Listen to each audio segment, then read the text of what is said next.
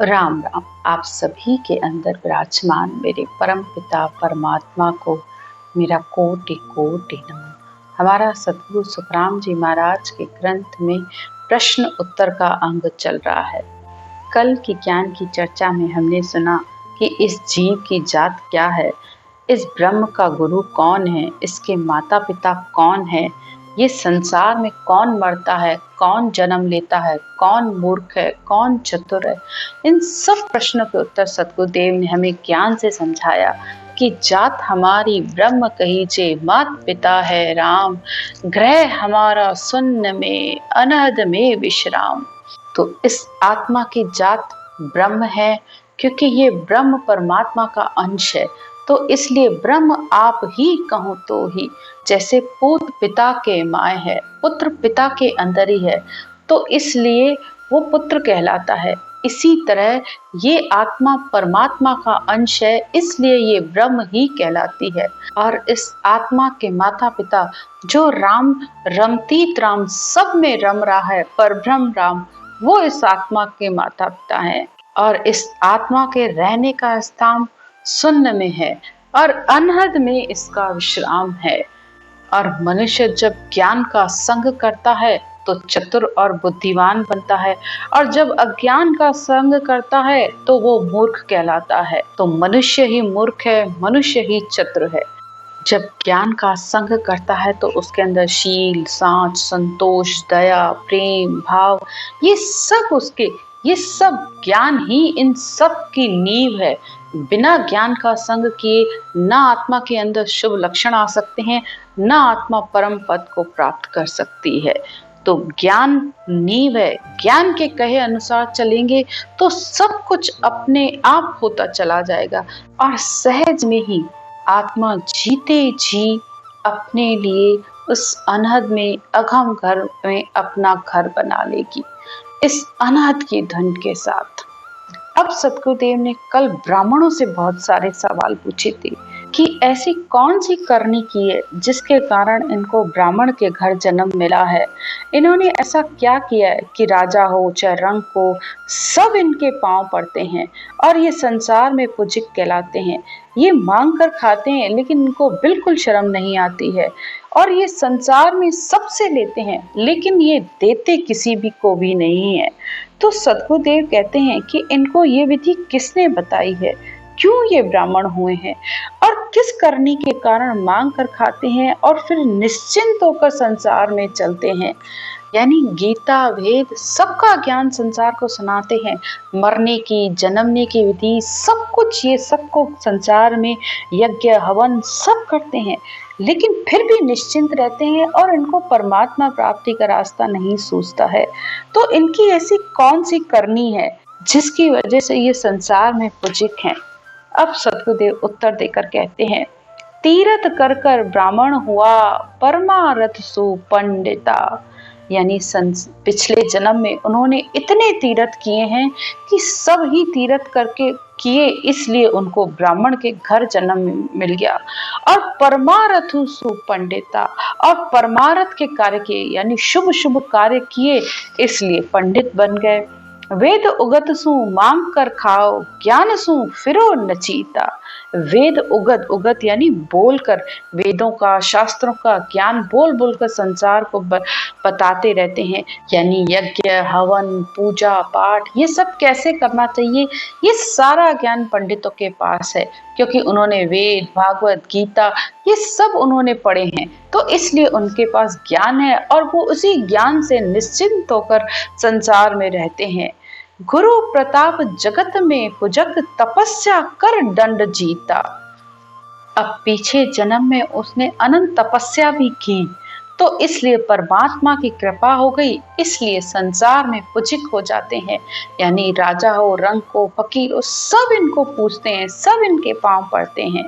कह सुखराम अन है पर को, अब के रह लो रीता।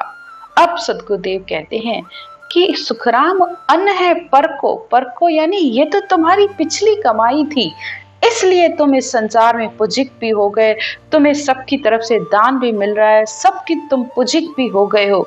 लेकिन ये तो पहले का हुआ किया हुआ कमाई है, लेकिन अब के रह लो रीता। लेकिन अभी तो तुम खाली ही रह गए। अभी तुमने ऐसा क्या किया? अभी तो तुम ऐसा कोई भी कर्म नहीं कर रहे हो, न तपस्या कर रहे हो, न कोई दान दे रहे हो, कुछ भी नहीं कर रहे हो, सबसे सिर्फ लेने का कार्य कर रहे हो। तो तुम्हारे आगे के प्रारब्ध तुम्हारा कैसे बनेगा? कैसे तुम अपने इस प्रारब्ध को भोगोगे? इस ज्ञान चर्चा के माध्यम से सद्गुरुदेव ज्ञानियों और पंडितों को ज्ञान देकर कह रहे हैं कि थोड़ा सोचो, विचार करो इस बात पर कि बिना कुछ किए कभी कुछ नहीं मिलता है। अब सद्गुरुदेव फिर संसारियों से प्रश्न करते हैं, जगत पहल होए भगत कहो गुण उपाय। पहले संसार हुआ कि पहले भक्त हुआ? भगत पहले जो होए तो जगत क्यों उपजे भाई? और अगर भक्त पहले हुआ है तो फिर संसार क्यों कैसे उत्पन्न हो सकता है? नार पहले जो होए पुरुष बिन कैसे होई? और अगर स्त्री पहले हुई है तो बिना पुरुष के कैसे हुई? पुरुष पहले बिन नार कुणवित जायो कोई। और अगर पुरुष पहले हुआ तो वो बिना स्त्री के कैसे हो सकता है? सुखराम व्यास गुरुदेव रे एजे पहले होए, तो सिख राजा का ऊप ना सोच बताओ मोए। अब सतगुरुदेव फिर पूछ रहे हैं, अगर राजा पहले हुआ तो को राजा को ज्ञान किसने दिया? कि व्यास गुरुदेव पहले हुए। कौन हुआ पहले? झूठ पहले जो होए सच कहो कौन बताया? अगर झूठ पहले हुआ है तो फिर सच आकर किसने बताया? और सच पहले जो होए झूठ क्यों उपजे भाया? और अगर सच पहले हुआ है तो फिर झूठ क्यों हुआ? जो नासत बे पहले सत्य को होण न देवे। और अगर असत्य पहले हुआ है तो वो सत्य को क्यों होने देगा? क्योंकि दुश्मन कर पैदास कौन अपने घर लावे। कौन दुश्मन को अपने घर में लेके आता है कि जहां झूठ है वहां सत्य नहीं हो सकता, और जहां सत्य है वहां झूठ टिक ही नहीं सकता। फिर सतगुरुदेव कहते हैं, ए चीजा सुखराम कहे जोड़े ही पैदा होए, यूं सत्य स्वरूप और ब्रह्म ने सुन पंडित कहूं तोय।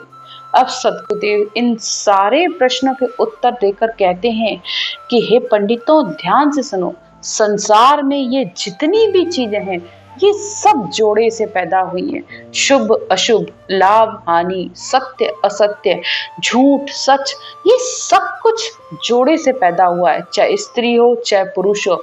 और यहाँ तक कि सत्स्वरूप और ब्रह्म भी जोड़े से हुए हैं।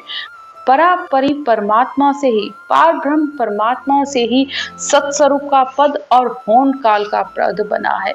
होन काल के पद से आत्माएं जन्म लेती है, एक से जन्म है, दूसरे में मिलन है। तो सत्स्वरूप में आत्मा का मिलन है, जहां से आत्मा फिर वापस कभी लौट कर नहीं आती है। लेकिन होन काल के ब्रह्म तक इस आत्मा का जन्म मरण लगा रहता है। बार बार आत्मा अपने कर्मों के साथ उस ब्रह्म में समाती है और फिर अपनी इच्छा के अनुसार इस संसार में जन्म लेकर आ जाती है। अब सतगुरुदेव फिर प्रश्न पूछते हैं, कहो ब्रह्म किम चुप रूप कैसे कर दर्शे। ब्रह्म किस तरीके से चुप है, यानी उसको कैसे देखा जा सकता है? कहो देश घर बास जाए कैसे जन बरसे। कौन सा उसका देश है, कौन सा उसका घर है, वो कहाँ पर वास करता है, उसको जाके कैसे अनुभव किया जा सकता है? फिर पूछते हैं, मिले किस विध माए जाए कैसे सुख पावे। उसमें किस विधि से जाकर मिला जा सकता है, उसका सुख कैसे पाया जा सकता है। निरखे नैन निहार दिष्ट कैसे कर आवे। उसको किस नेत्रों से देखा जा सकता है, वो कैसे देखने में आता है। मिलिया क्या सुख होए बात कैसे कर कीजे। उससे कैसे बात की जा सकती है और उससे मिलने के बाद उसका सुख कैसा है। बूझे इम सुखराम ब्रह्म निर्णय मोय दीजे। सद्गुरुदेव कहते हैं कि वो ब्रह्म कैसा है, इसका मुझे निर्णय करके बताओ। फिर उसका उत्तर देकर भी कहते हैं, ब्रह्म रूप अणरूप रूप बण्यो नहीं जावे। ब्रह्म का कोई रूप रंग नहीं है, ना ही उसका वर्णन किया जा सकता है। बस उसके लिए इतना ही कहा जाता है, नमो नाव गुण पार पार तेरा गुण पावे, नमो गत अवगत नमो तू भेव बतावे। उस ब्रह्म को बस नमस्कार है, उसके गुणों का कोई बार पार नहीं है, उसका पार कोई नहीं पा सकता, उसकी गति कभी किसी को लखने में नहीं आती है, इसीलिए उसे अलग कहा जाता है। नमो निरंतर माय नमो सायब हरि साचा। वो सृजनहार परमात्मा बस इस आत्मा के रूप में सब में वो परमात्मा समाया हुआ है। नमो अलग हर आप नमो त्यारन हरि वाचा।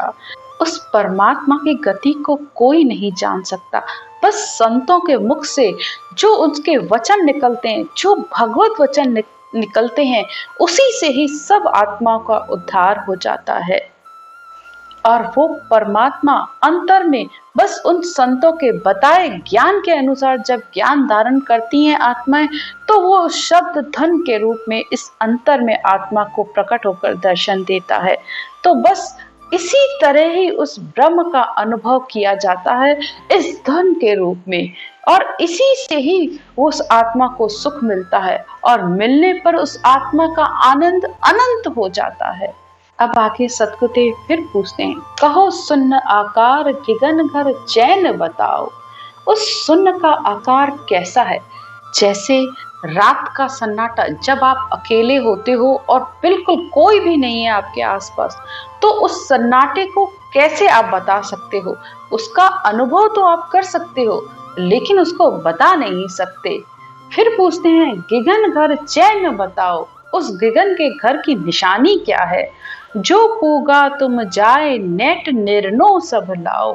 अगर तुम पहुंचे हो तो तुम कैसे पहुंचे और कैसे मिले हो? कहो गेल किण रीत बीच घाटा कहो कोई। उसका रास्ता क्या है? बीच में कौन कौन से घाटे हैं? कुण कुण स्थान छेदन छेक चाले जन सोई। उसके कौन कौन से अंदर में स्थान है और उसका छेदन तुमने कैसे किया है? कुण देव स्थान परस कैसे कर ले। ये अंतर पर कौन से देवता का कहाँ पे स्थान है, उसको तुमने कैसे जाना है? यूं बूझे सुखराम गिगन वासा मोई कहिए। कैसे इस आत्मा का गिगन में वास हुआ है, ये सब मुझे बताओ अगर तुम पहुंचे हो तो। क्योंकि परमात्मा तक पहुंचने का तो एक ही रास्ता है, इन 12 ही कमलों का छेदन करके 6 आगे के चक्र, 3 पीठ के, 3 सिर के, चिदानंद ब्रह्म, शिव ब्रह्म, पार ब्रह्म, इन सब को पार करती है। जब इस आत्मा के सारे कर्म खत्म होते हैं, तब वो 10वां द्वार खुलता है, तब इस देह का दंड भी मिटता है, तब ये आत्मा का घर इस गिगन मंडल में होता है। तो सतगुरुदेव इसीलिए पंडितों से ये सब पूछ रहे हैं कि क्या तुमने ये रास्ता अपनाया है? क्या तुमने उस सच शब्द के साथ ये पूरी यात्रा की है अंतर की? नहीं तो ये यात्रा किए बिना तुम कैसे उसका अनुभव कर सकते हो? कैसे सत्स्वरूप परमात्मा में मिल सकते हो? फिर सतगुरुदेव पूछते हैं, कहो जीव को रूप बोल के तो अक होई। इस आत्मा का रूप क्या है? ये कैसे बोलती है? क्या कोई बता सकता है? कि तुम ब्रह्म की बात पूछते हो कि ब्रह्म कैसा है, लेकिन सबसे पहले तुम्हारे अंदर जो आत्मा बैठी हुई है, क्या तुम उसका रूप जान पाते हो? या तुम जो बच्चा पैदा हुआ है तुमने ही पैदा किया है, क्या तुम उसकी आत्माओं को भी कभी समझ पाते हो? तो न तुम किसी दूसरे की आत्मा को समझ पाओगे, अनुभव कर पाते हो, न अपनी आत्मा का, तो फिर तुम ब्रह्म का रूप कैसे जानने के लिए चले हो? उसका तो सिर्फ अनुभव किया जा सकता है, और वो भी तब जब सतगुरु से ज्ञान मिलता है। ज्ञान ग्रंथ घट माए रूप निरखे नर कोई। जब सतगुरु से ज्ञान मिलता है, ज्ञान से जब समझता है, तब परमात्मा का अंतर में इस सब शब्द के धुन के रूप में वो परमात्मा दिखता है। पवन चले उसास फिर पाछो किम आवे। ये पवन, ये श्वास जो ऊपर जा रही है कैसे चलती है, फिर नीचे आती है कैसे नीचे आती है, ताको रूप बताए फेर किण रंग बजावे। उसका श्वास का क्या रूप है, ये शब्द का रूप क्या है, उसका रंग क्या है। धापे सो क्या रूप प्रीत कहो कहाँ सुड़ाए। पेट भर जाता है, तुमने खाना खाया और पेट भर गया, अब तुम उसे बताओ, बता सकते हो कि वो उस पेट भरने की क्या निशानी है। क्योंकि तुमने खाया है, तुम ही उसका अनुभव करोगे। इसी तरह ब्रह्म के दर्शन भी तुम अपने अंदर ही अनुभव करोगे। वो कहीं बाहर नहीं दिखता है, न बताने में आता है। बस विधि से, भेद से जब सुमरन करते हो, तब वो आके इस कंठ कमल में आकर जागृत हो जाता है और फिर उसका आत्मा दर्शन करती है, आत्मा उसका अनुभव करती है। ब्रह्म रूप सुख राम निरख ऐसे सुख पाओ। बस इस तरह जब आत्मा उस ब्रह्म का शब्द धुन के रूप में अनुभव करती है, तो फिर उसको सुख और आनंद की प्राप्ति होती है। इससे आगे की चर्चा कल करेंगे। राम राम।